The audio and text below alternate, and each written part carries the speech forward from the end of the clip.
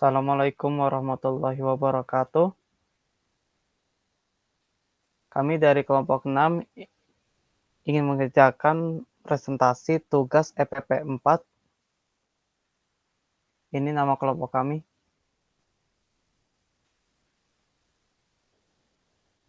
Situation Analysis Data dan Fakta. Selanjutnya dipersilakan Paul Persada Sianturi, dipersilakan. Lalu perkenalkan, saya Paul Persada Sianturi. Saya menemukan 4 data dan fakta dari paragraf 1 sampai 5, yaitu yang pertama, praktik jual beli data pribadi semakin marak dilakukan. Informasi yang dijual mencakup nama, alamat, nomor telepon, nama ibu kandung, dan kemampuan finansial si pemilik data. Yang kedua adalah tarif harga data pribadi itu bervariasi, mulai dari Rp 300 dari Rp300 hingga Rp50.000 per data. Data pribadi yang dihargai murah yaitu 300, umumnya tanpa dilengkapi informasi kemampuan finansial si pemilik data. Jika dilengkapi informasi kemampuan finansial, umumnya dihargai dari harga Rp20.000 hingga Rp50.000. Yang ketiga adalah JS, yang mana ialah koordinator pemasaran kartu kredit salah satu bank di Jakarta Pusat. Mereka mengklaim bahwa praktik jual beli data pribadi itu sudah lumrah. Yang keempat yang saya temukan adalah JS mengklaim bahwa mereka mendapatkan data itu dari karyawan bank. Sekian dari saya, terima kasih. Selanjutnya dilanjutkan oleh Riza. Ya, perkenalkan, nama saya Rija. Saya ke bagian paragraf 6 sampai 11. Yang ke-6, koordinator pemasaran kartu kredit salah satu bank di Jakarta Pusat mengatakan data yang kualitasnya bagus dilengkapi informasi gaji dan informasi keuangan dari Bank Indonesia dan Otoritas Jasa Keuangan OJK.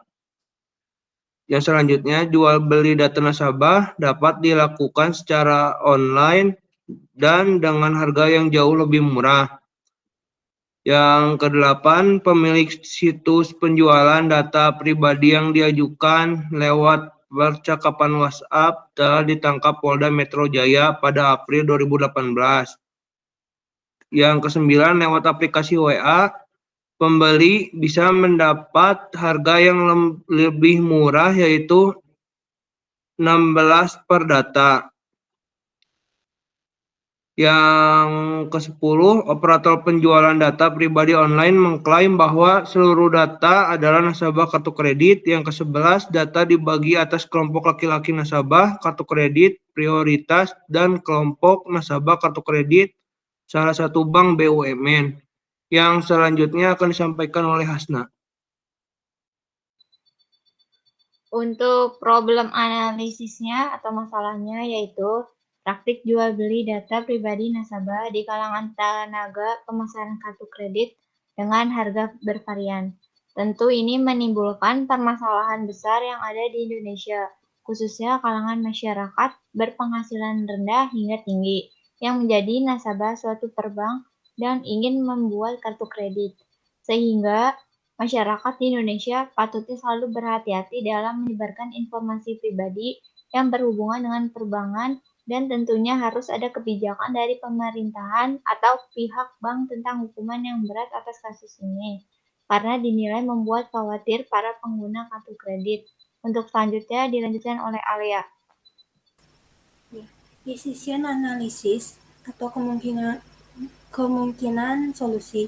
Yang pertama, karena sudah banyak yang menjadi korban praktik jual beli data pribadi, pemerintah harus lebih memperketat sistem penyimpanan data pribadi para nasabah bank.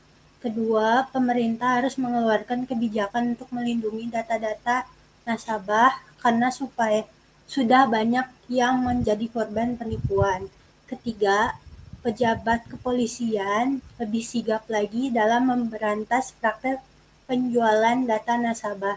Selanjutnya dilanjutkan oleh Joy. Yang keempat yaitu pihak bank harus lebih waspada dalam keamanan data-data nasabah karena kebocoran identitas nasabah bisa merugikan banyak pihak.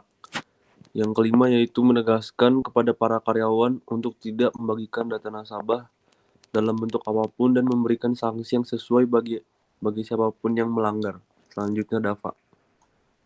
Potential problem analysis atau solusi akhir. Yang pertama, strategi 145. Yang kedua, karena sudah banyak yang menjadi korban praktik jual beli data pribadi, pemerintah harus lebih memperketat sistem penyimpanan data pribadi para nasabah bank. Dengan cara ini, para nasabah bisa tenang dalam menyimpan uang mereka di bank tersebut. Yang ketiga, pihak bank harus lebih waspada dalam keamanan data-data nasabah karena kebocoran identitas nasabah bisa merugikan banyak pihak. Yang keempat, menegaskan kepada para karyawan untuk tidak membagikan data nasabah dalam bentuk apapun dan memberikan sanksi yang sesuai bagi ada yang melanggar. Dengan peraturan ini, diharapkan agar para karyawan bisa menjaga identitas para nasabah. Sekian dari kelompok kami, mohon maaf atas kekurangannya. Wassalamualaikum warahmatullahi wabarakatuh.